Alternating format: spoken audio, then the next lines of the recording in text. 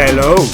Okay, Kraven the Hunter, the sixth movie within the Sony Spider-Man universe and directed by a J.C. Chandor. I've not seen any of J.C. Chandor's previous movies and I'm not really familiar with the character of Kraven, so I wasn't really sure what to expect with this movie. I mean, well, I think the previous movies sort of give a indication really of what it is that I'm in for when it comes to this movie, because I've not really been a massive fan of any of the previous movies within Sony's Spider-Man universe. But sometimes I am just looking to sort of just turn my brain off for a couple of hours and have a bit of fun and be entertained. I think the one thing that these movies seem to do, I'm not sure if it's intentional, but they seem to sort of adapt that kind of very 80s, 90s B-movie, straight-to-video action movie feel about them when it comes to these particular movies. In regards to sort of how they feel and sort of how they play out, they've kind of got that 90s retro vibe about them when it comes to these movies. So, you know, so really I'm just hoping perhaps to have a bit of nostalgic fun with this movie. But anyway, the story of Kraven the Hunter follows Sergei Kravinoff, who after the death of his mother is taken by his father Nikolai to prepare for taking over his drug trafficking operations. During a hunting trip in Tanzania, Sergei is mortally wounded while protecting his brother Dmitri from a lion. He is then saved by a girl named Calypso, who heals him with a serum that grants him animalistic abilities. And I've been kinda looking forward to checking it out. I finally got around to checking it out today, and one of the reasons that's kind of fueled my interest, or perhaps a little bit of excitement to actually go into the cinema to pay for a ticket to watch the latest Sony Universe Spider-Man movie, is all of the negative criticism that it's received online. I know, weird, right? What the hell are you? But you know what, sometimes when you get such an overwhelming sort of, you know, negative or positive response to something, it always intrigues me, especially when it's negative, because I always just find it intriguing going into a film that's either universally loved or hated and coming out of it with perhaps a different perspective. And sometimes, just because everyone shits or hates on a certain thing, doesn't mean that I'm not going to like it or you are not going to like it. You know what I mean? And so sometimes that does, as weird as it sounds, kind of piques my interest. What the hell are you? And just like all those previous movies within Sony's Spider-Man universe, it hasn't really been received that well. Like, there are people online referring to it as being one of the worst movies ever made, one of the worst superhero movies ever made. Some people have sort of thrown it in their top 10 worst movies of all time. And what I will say personally, after coming out and watching this movie, is I really don't think it's as bad as a lot of people are making it out to be. Is that me saying that this was a good movie? Hell no. But I think, for me anyway, personally, and this is just me, there are certain individuals or outlets that I feel like perhaps are over-exaggerating to a degree, because this film wasn't unwatchable. For me, it was a fascinating and interesting experience in a weird way. Like, it's a movie that kind of barely holds together and kind of does what it needs to do, but it really shouldn't, but it does. But it's a lot of nothing as well. I would also disagree with those that claimed or felt like Kraven the Hunter was worse than Madam Web. I completely disagree with that. I mean, it's my own personal opinion, but for me, I felt like Kraven the Hunter was an experience that just worked a little bit better. Like, I just found myself, I wouldn't say enjoying is not the right word, because there isn't really a moment in Kraven that kind of peaks. It's a very dull and drab experience, but it was one that kind of just kept my interest. It retained my interest. I always was sort of somewhat locked in. Don't get me wrong, there are moments where I kind of turned off or sort of just phased out. But overall, as an experience, I was somewhat always kind of locked in with what was going on. You had my curiosity, but now you have my attention. So, yeah, like I just said, Kraven the Hunter was a very dull and drab experience to sit through. From just how it looks to the action set pieces within it. I'll be honest with you, I actually struggle to remember how many and what action set pieces were actually in this movie. And a lot of that for me was just down to how the action set pieces were constructed, how they played out. They felt very disjointed and awkward and just very clumsy in how these moments would play out. There was no real momentum and energy behind them. At one point, and it kind of made me chuckle because at one point I thought the music was out of sync with what it was I was watching.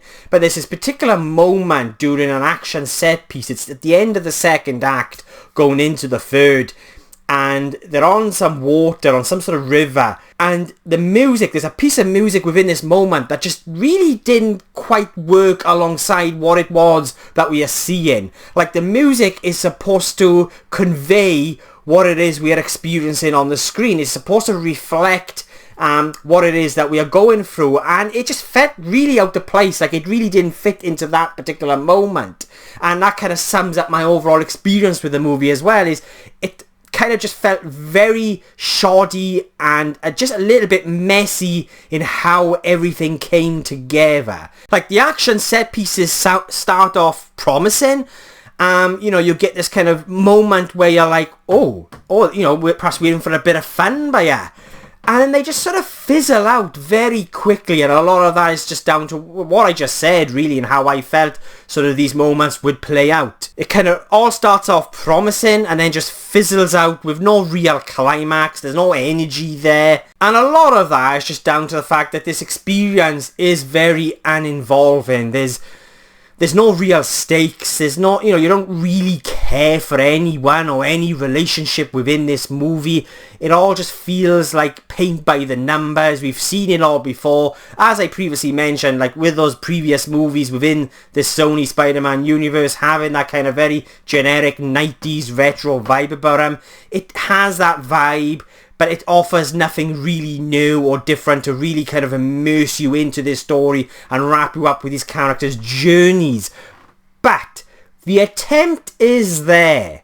And that is what I think kind of really grabbed my interest and kept me somewhat locked in. What the fuck is this? And I felt like this was because there are certain aspects within the story that I found to be quite promising or interesting, and a lot of that was this relationship or dynamic between Kraven, his brother, and his father. And it was this aspect of the characters' journeys within this story that kind of really kept me locked in to a degree. It was the aspect of the story that I was very interested in and intrigued by, and I felt like they had something there. Unfortunately, it all just gets lost under all this other noise and sort of just nonsense with all these different characters from the comics being unveiled and introduced into the story, and as a result you end up having an experience that isn't really that focused and just becomes a little bit of a mess, and it's because it's trying to do too many things or wanting to be too many things. It's like it did feel like that they weren't quite sure what it was that they wanted this movie to be. That's how it felt. And I really feel like the story or the experience would have worked just a little bit better if they had focused it more and refined it a little bit more on what I thought was the most interesting aspect of its story, which is this relationship between father, son, and that family dynamic there. And another reason why this experience was as interesting for me and as fascinating for me as it was is because throughout it there were these small glimpses and moments into what I felt could have been and the promise of what could have been here with this story. And a lot of those little moments and those little glimpses, those glimmers of light, were in moments of the story that I was the most interested in. And it was mainly around sort of witnessing Kraven, a younger Kraven, sort of getting his powers, our relationship with his father, that abusive relationship with his father. And there was just certain things that they would do with the camera, even in those moments. Like there's a certain scene, and I'll try and keep this as vague as I can, because I want it to be spoiler free. But it's a moment with a young Kraven, and he goes back home and he gets involved with these poachers. And it's a moment that sort of evoked the right emotion from me. It kind of, in that kind of very brief moment while watching this movie, I actually got slightly emotionally involved due to what was happening. And there was just the way in which the scene was constructed, how they would sort of situate the camera, and how we would sort of witness this event unfold. And like I said, I'm trying to be vague here because I really don't want to give too much away. But it was a moment to me that kind of, it was a glimmer of kind of light within what was a very dull and drab experience. I hope that makes sense. But there was potential here. There was a promise, and you get those very few little moments here and there, and it'll just be down to the way in which they construct it that it's like, actually, is there a different movie here? Were there different intentions? When it comes to the writing, I mean, the writing is quite lazy. It's very exposition heavy. And for example, I felt like what really suffered here when it comes to the writing is this relationship between Kraven and Calypso, which you witness the origins of this relationship, but it sort of comes out of nowhere during the second act, and you can never really get behind these two characters and sort of emotionally invested in sort of that relationship that sort of evolves through the experience, because it just ends up feeling like another piece of many other pieces within this story that just results in this overall experience having a lack of focus. And I just think it really needed to refine it. And again, it's another one of those reasons, I think, due to that lack of focus, that we sort of don't get that kind of the depth that we need with that relationship with these two characters of Kraven and Calypso. But what I will say is, Aaron Taylor Johnson as the character of Kraven, I mean, he's great. Like, he is trying his best with what he's got, and I think he suits the role. There is a moment, the very final moment, very final scene in this movie, and he looks great. He suits the part. He is Kraven the Hunter, and it just kind of left me thinking right at the end as the credits roll, like, wow, what a shame, because there was promise here. There was potential. Like, the only other way I can explain it is it's almost like one of those monitors, those heart monitors you see in a hospital, where this entire experience is just flatlining. Then you'll get the odd blip, it'll go beep, and that's where it's in those moments where I'm like, oh, we've got something here, but then it will just remain flatline. It'll just flatline, and then you'll get another blip, and like that's the only way I can describe it. There was nothing incredibly unpleasant about the experience.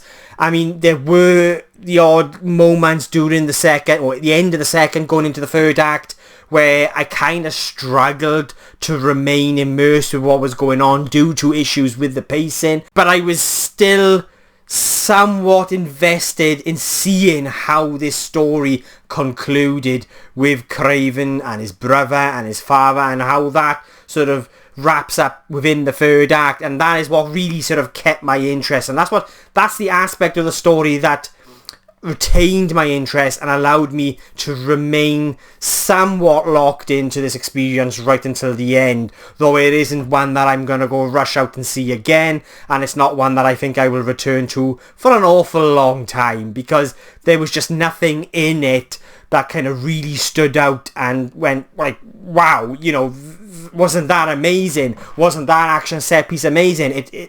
There was nothing in it other than sort of moments and glimmers of hope and promise, really, with what it was they were attempting to do with its story, with these characters. So yeah, enough rambling on from me. They are my thoughts on Kraven the Hunter. I would recommend you check it out. Only because it wasn't really an incredibly unpleasant experience. You know, there were aspects about it that intrigued me, and it would just be, out of curiosity, I would just check it out. You might end up loving it, or you might end up, like a lot of people, really disliking it. But for me, it was more of a okay average experience. There was nothing really special about it, though there was definitely potential there. There was promise there with its premise and what I felt like, or where I felt like they could have gone with the story through what we did see. So yeah, that's how I felt about Kraven the Hunter, and I will be giving Kraven the Hunter a 4.5 out of 10.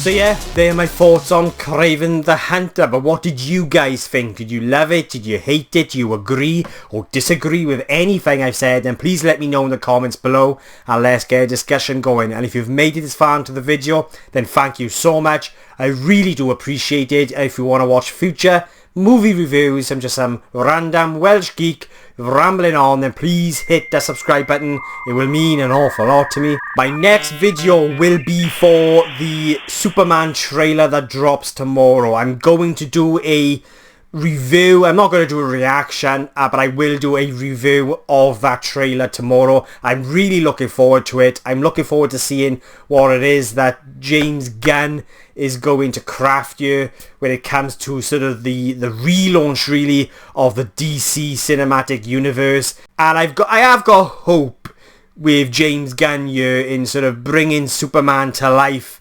I like what he did with Guardians of the Galaxy. I absolutely loved Peacemaker, and so I have got hope here that he's going to bring something special. I mean, I'm loving what I'm seeing with the poster here, and just that simple tagline of "Look Up." I mean, for me, it really sort of takes me back to one of my favourite movies of all time, which is the Man of Steel. I absolutely adore that movie. You've also got Mufasa, the Lion King, the prequel to the Lion King, releasing over the weekend. So that's going to be one of my next movie reviews. A prequel I don't feel like we need, but it's a prequel to one of my favourite animated movies of all time. And there's a bunch of other videos planned now over the next couple of weeks as we finish off the year 2024. There'll be my top 10 anticipated movies of 2025 on the way. You'll have my top 10 favourite movies of 2024. And you've also got my Christmas special just around the corner as well. There's a couple of movies that I've sort of narrowed it down to, and I think I know which one I'm going to go with this year. Last year's was the Santa Claus movie. If you haven't checked that out, please do. And just another final big thank you to all of those that are connecting with the channel, whatever it be, liking, disliking, subscribing, commenting. It just means an awful lot. I was hoping to hit 500 by the end of the year. I highly doubt I'm going to do that now, but I just appreciate that so many of you have already hit that subscribe button and just want to follow just some random Welsh geek ramble on about film and TV. It will always overwhelm me, and it means so much. So yeah, thank you guys for watching. I really do appreciate it. I will catch you guys soon.